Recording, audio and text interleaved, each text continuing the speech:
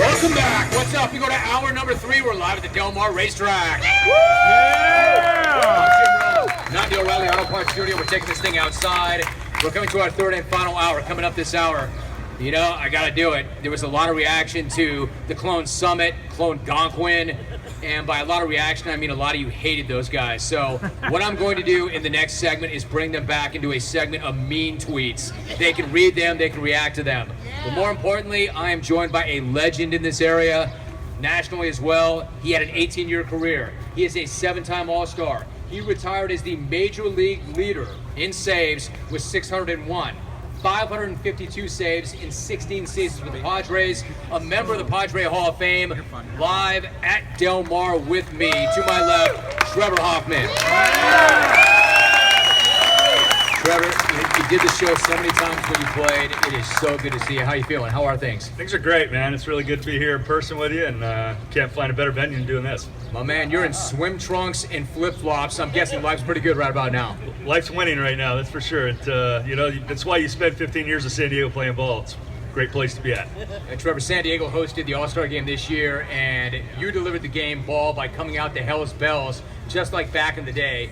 What was it like for you this time at the All-Star Game? Yeah, it was a great charge. You know, being able to come out of the pen and kind of unforeseen for a lot of the fans as soon as they heard the first bell and getting to come out of the pen and just kind of take it all in. Took a little bit longer than probably they wanted to, but it was in between commercial breaks and just a great opportunity to do that. I mean, Trevor, back in the day, when you would come out and you were getting ready to close a game and Hell's Bells would start and the crowd would go nuts, they'd freak out. Were you amped up when you heard that too, or were you doing your best just to kind of slow yourself down and block it out? Well, it was great because I always knew I could rely on that energy that I was going to get from the fans and AC/DC's Hell's Bells going. It was almost a situation you had to kind of calm it down a little bit. That 83-mile-an-hour changeup, we didn't want to get it too hard, so you got above hitting speed. So it was great to always be able to come out of that here in San Diego. You know, it's hard to remember and it's hard to think about for some, but you were initially an infielder. And when you were in the minors, in the red system, your manager in Charleston, that you try pitching. Great idea now, but when you first heard that idea, what did you think of it? Yeah, Jimmy Lett was the manager at the time. It was pretty obvious. I was hitting about 210, 35 errors at the break. They were looking for a Gatorade bucket for me to sit on, and they suggested going to the mound, working on some stuff, and obviously couldn't turn out any better, but I was kind of ready. I was having a hard time performing on a daily basis, so when you're really good at hitting, it's 3 out of 10, you're successful. I'd rather go to the other side. All right, so you go to the other side, and then 5 pitches into your first bullpen session, the pitching coach was really impressed. Did you know that in that session, 5 pitches in, 10 pitches in, did you know that that was your future and that's where you were headed? No chance. Yeah, I remember going back to Cypress College and Coach Pickler put me on the hill, and 8 pitches, I was watching 7 of them go over the fence and off the wall. So I was real hesitant on getting too excited too quick. Trevor Hoffman joining me. You know, what's interesting is one of the things you described is the fact that while hitting could be a mental grind, pitching, especially relief pitching, gives you more positive feedback. And at that time, you needed that. You said that. What did you mean by that? Well, I think you want to be on the successful end of things more often than the amount of failure you're going to find at the plate. And so, obviously, the losses are a little bit deeper, a little bit stronger. You've let the team down in extent and being in the closer's role. But, you know, you go out and you get people out 7 out of 10 times, your positive reinforcement is going to get you going so that mojo works. And it's difficult to walk away from a plate appearance, having done everything right, square the ball up and not be rewarded with a hit. So sometimes that can play a little bit of tricks with you. Yeah, but still, because you get so few chances at it, there's so much pressure. There is so much pressure in a position like that. And I remember watching you your entire career, it seemed like you were just impervious to it, that there was no pressure. I mean, did you not feel the pressure, or did you find a way to deal with it? And if so, how? Yeah, you put your head down, you kind of tighten up the bill of your cap, keep things simple. I think the minute you start letting that train get out of control, you're trying to do too much to correct things, that's when you're going to get in trouble. So kind of keep it real basic. Fastball, strike one, try and get the first guy out, see what the scoreboard's telling you, what you got to work with. But the minute you start looking up and seeing the third deck and a lot of lights, you're going to get in trouble. All right, great. Trevor Hoffman joining me. Fastball, strike one, but what about that changeup? Now, you did not break out the changeup much in '94, but during the strike of that year, you were playing some football, then some volleyball at the beach, and then you hurt your shoulder, and it was after that point that you started to use the changeup. When did you first realize how nasty that pitch was going to be and how tough it would be to hit? Yeah, I didn't know if it was going to be exceptional like that, but it's funny. It's probably about 3 miles away from where the incident went down. It's all good to be still around here in that setting. But you know, I learned early on from Rob Dibble having an equalizer fastball. I learned from Brian Harvey to have that equalizer split. And so obviously two different personalities, but it also realized that, having fastball command is important, but you have to have that out pitch. And fortunately for me, it turned into that changeup. Doug Jones is a guy that I watched do it for quite a bit of time in his career and be successful.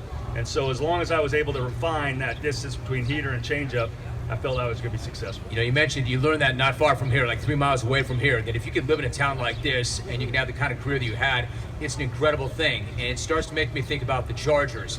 And people are really upset about the Chargers. Are they coming? Are they leaving? Are they going to go? It's just so hard to imagine this town without that team. And not only this town without that team, but this town without that team, and they go to the enemy in LA. And having lived in both those towns, I know people in San Diego hate LA. My point is, when things are good in this town, they're no better than any town. Yeah. This is a great sports town.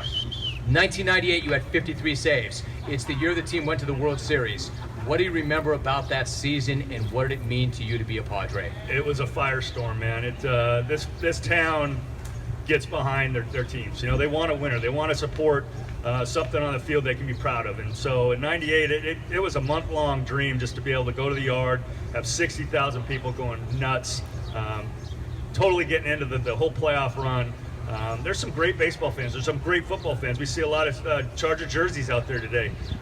We need to keep professional sports in town here because it's the backbone of what we're about.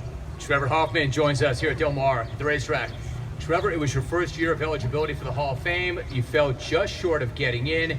What was that process like for you? A little nervous. Not sure kind of how my career was going to be viewed by the writers.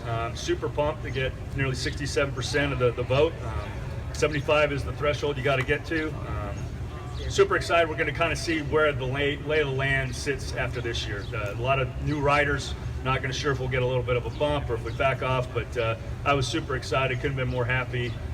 Thought the two guys going in this year, Piazza and Griff, did an amazing job at Cooperstown. It's a great opportunity to celebrate everybody that had an impact in your career. I try my best to always be objective, and I don't want to get too close to any of the guys that I have to cover for very obvious reasons. They pay me to be objective, and you know that if I'm biased, you probably don't really care what I think, but I've always been pretty upfront about this. I was a big Ken Caminetti guy. I really was a huge Cammy guy, and there was just something about him. He was far from perfect, but man, he was a gamer, he was a baller, he was tough. Earlier this month, he was inducted into the team's Hall of Fame. What do you remember about Ken, and what was he like as a teammate? He's a guy you can rely on. Truly a gamer. I love that word because it embodied so much about what Ken brought to the table. There was a great story that was told on that day about a guy's locker getting basically moved into Boach's office because he was complaining a little bit about playing time, and the guy looked around and goes, "What are you doing?" He goes, "Hey, if you want to be manager, go ahead and sit in the manager's office." So it totally put the tone to where it needed to be in the clubhouse. He was a leader. He did everything possible to kind of support his teammates and get on the field. And I think it was a great celebration. Obviously recognized Cam, but it was great for his girls to be of age to understand how important he was to the city in such a short time. Trevor, one more thought about him, and you said this too recently, that when he arrived, you guys were a young team. It kind of got pushed around a bit, but when he arrived, he changed how the clubhouse approached games. He brought guys closer together. I mean, did he bring a certain swagger? How did he do that? Yeah, it was definitely, I like the term swagger, but it was a toughness about him. I remember not meeting him, but seeing him in the weight room and the bottom of the Astrodome for the first time, and it was kind of like a look across the room, like, what are you doing in my room kind of thing. And I got my stuff done and got out. The next day I got a chance to not pitch and got to get in there again, and he looked again that time because he was in there, and he kind of gave me a quick little nod like, all right, dude, if you're going to be in here twice, and this isn't a fluke thing. And that toughness just kind of embodied the way he wanted to play the game, the way he expected people to take the field, and it definitely changed the culture here in San Diego and what we were about. Trevor Hoffman joins me for a few more moments on that same note. What was Tony Gwynn like as a teammate? What kind of memories do you have of Tony Gwynn? Maybe even a favorite story about Tony Gwynn. Quiet leader, man, and an insatiable laugh. So much is talked about his video work that he would break down pictures that he was getting ready to see.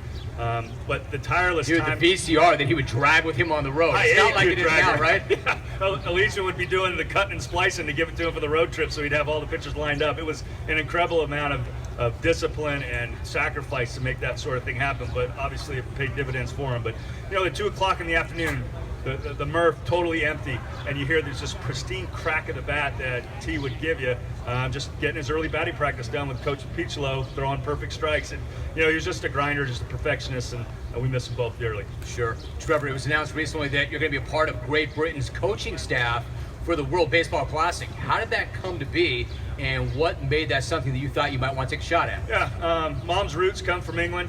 She lived there in England through the World War II, was up to a boarding house up in northern England. It's kind of her roots, and so I thought it would be an opportunity to honor my mom. Obviously help out the Great Britain squad. Liam Carroll's our manager. I told him I'd help out in any capacity possible. The qualifiers in Brooklyn, New York, and later in September, so we're excited to help them out. Good for you. Congrats. Trevor, last thought. I hate to age either one of us, but you've got a son who's on his way to college who plays baseball. Tell me about him and where's he going? Yeah, Quinn's my middle son. He's we just dropped him off this Tuesday at Harvard University. Harvard? He's going to be playing baseball with Coach Decker. Harvard. Few tears were shed, no doubt about it, but we got to keep positive and keep him rolling, that's for sure. Trevor, that's a long way from home. How do you feel about that? Well, it's not 70 and sunny the year round, but he'll be fine. He's a tough kid, and I know he's looking forward to the great opportunity he has in front of him. How does Mama feel about that? Mama's already booked about 10 flights, man. Trevor, on a serious note, it's not easy being Trevor Hoffman's son. What position does he play, and how'd you handle that? Yeah, he's a middle infielder. Hopefully he hits a little better than his pops did. He's got better hands already than I do, but you know what? He's a team leader kind of kid. He loves his teammates and loves the game and wants to make sure he has plan B in order before he tries to make a run of it. You know, Trevor, when I come to Del Mar, it's the first time I've done a show here in 20 years, but when I come here, obviously we want to set this thing up and talk some horse racing, but I want to find San Diego luminaries, and you're always so great to me during your career and coming on the show. This is not something you had to do. I really appreciate you very much, and I appreciate you coming by. I know these fans here love you. Thank you very much for having me. Appreciate it. Trevor Hoffman. And I'll tell you what, I'm pretty happy with the way my life turned out, but if I could trade places, it would be with the guy who's going to end up in the Hall of Fame, who can rock the flip-flops and swim trunks on a Friday in Del Mar. Trevor, great job. Thank you very much. Everybody, once again, Trevor Hoffman. When we come back live in Del Mar, we're cruising through hour number 3. I'm bringing it back. Clone Summit 2. They're coming back to read mean tweets. That's coming up next. Don't go anywhere. Thank you, Trevor. Good to see you. It is the middle of the night. You wake up drenched. You're covered in sweat. What are you going to do? You can crank up the AC if you want. You can try and keep cool, but who can afford that? Do instead what I did. Get yourself a mattress. Get rid of your heat-trapping mattress.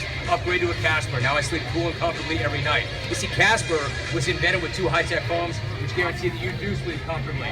Time magazine actually made Casper one of the best inventions in 2015. Their new sheets and pillow are just as comfortable. They were designed to create the perfect sleeping environment. You stay cool, you stay balanced all night long. And the Casper ships for free in a box so small you won't believe it holds a mattress. Makes it easy to get from your front door to your bedroom. Discover why I love mine. Try it in your home for 100 nights risk-free. Free shipping and returns. Go to Casper.com. Use the code name Rome. $50 off towards that purchase. Casper.com, code name Rome. $50 off. Casper.com. Terms and conditions do apply. You're listening to The Jim Rome Show.